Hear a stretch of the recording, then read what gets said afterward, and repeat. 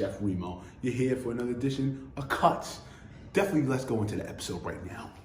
Yeah, come on, man. I'm Remo Morac of the C.U.T.S podcast, also Remo Morac brand. What's going on, Ramel? Nonetheless, definitely appreciate this opportunity speaking with you.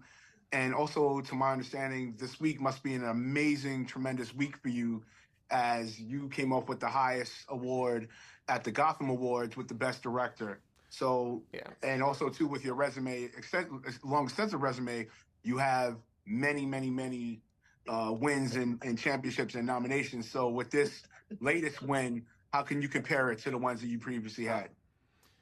You know, I'd have to think. They happen so periodically and so incrementally. I don't even remember. I don't remember the wins. You know, I think you remember the losses. You know what they say. But I think in this case, I actually just researched because I'd never considered myself to be, you know, or this film to be like Oscar potential in this conversation where it's like everyone's really a lot of people are enjoying it. And I don't think that there's been a black director that won Best Picture in the Oscars. Right. And that's like mind blowing to me. It's like, hold on a second. You're telling me I won't say it. And so getting the Gotham Director Award and the National Critics was like really, really meaningful because it means that we're like, you know, slowly chipping away. Yeah, no, and definitely, I feel with you saying that, I mean, it's definitely inspiring and impactful because, you know, over the years with, you know, people of color in the industry, in the film industry, you know what I'm saying? It's always been this weird narrative of, okay, we can't get over the hump. Yeah. Or something. But, you know, as you said, things have chipped away. But to me personally, I feel it's not really a chip away. It's happening. Oh, you wow. know what I'm saying? Yeah. You know, in my perspective, I mean, but, you know, everybody's perspective is different. Hindsight is 20/20. You know what I'm saying? But for me, for what I've seen over the years, you know what I'm saying? Yeah.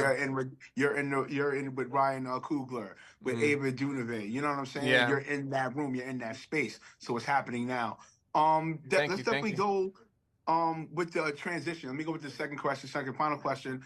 Despite the movie is based off a true story and its concepts are off a Pulitzer Prize winner's book, you know what I'm saying? What was the challenge for you selecting pieces from the book versus not selecting pieces from the book with your team?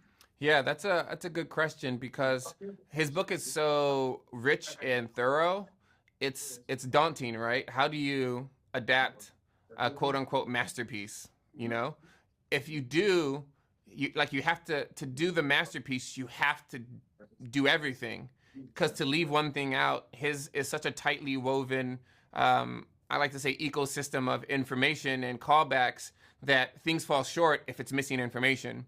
And so one thing that Jocelyn Barnes and I chose to do was to not do that typical adaptation where we're staying true to all of the details, but just to whittle and distill the narrative down to its essence, its core characters and its core relationship between those characters.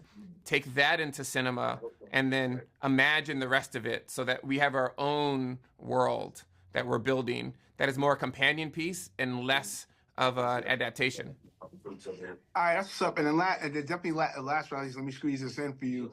Shout out to Hip Hop Gamer on this one. I'm gonna say it as best as possible. Yeah. For you, if character is your currency, how do you feel you spent it in your journey? Damn, if the characters of Colson Whitehead are currency, or if my character is my currency? Just for you in general. For you in general, for what you've done in your career. Oh, yeah, you know what I'm saying?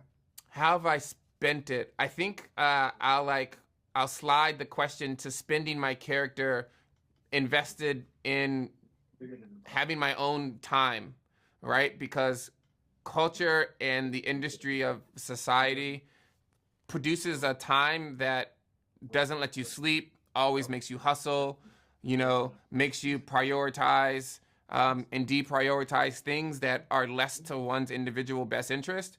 And I think I realized after college that I need to do things at my own pace. I need to do things with my own quality and value system. And I think if my character and my personhood can find its own relationship to time, then I'll be able to satisfy something that's not programmed by society. All right, man. Thank you very much, man. Ramel, appreciate you. And once again, much congrats on your success and your recent winning. No. You already know what it is. Thanks, Remo. Nice to meet you, man. Yeah, nice to meet you too. Peace, brother. Yeah.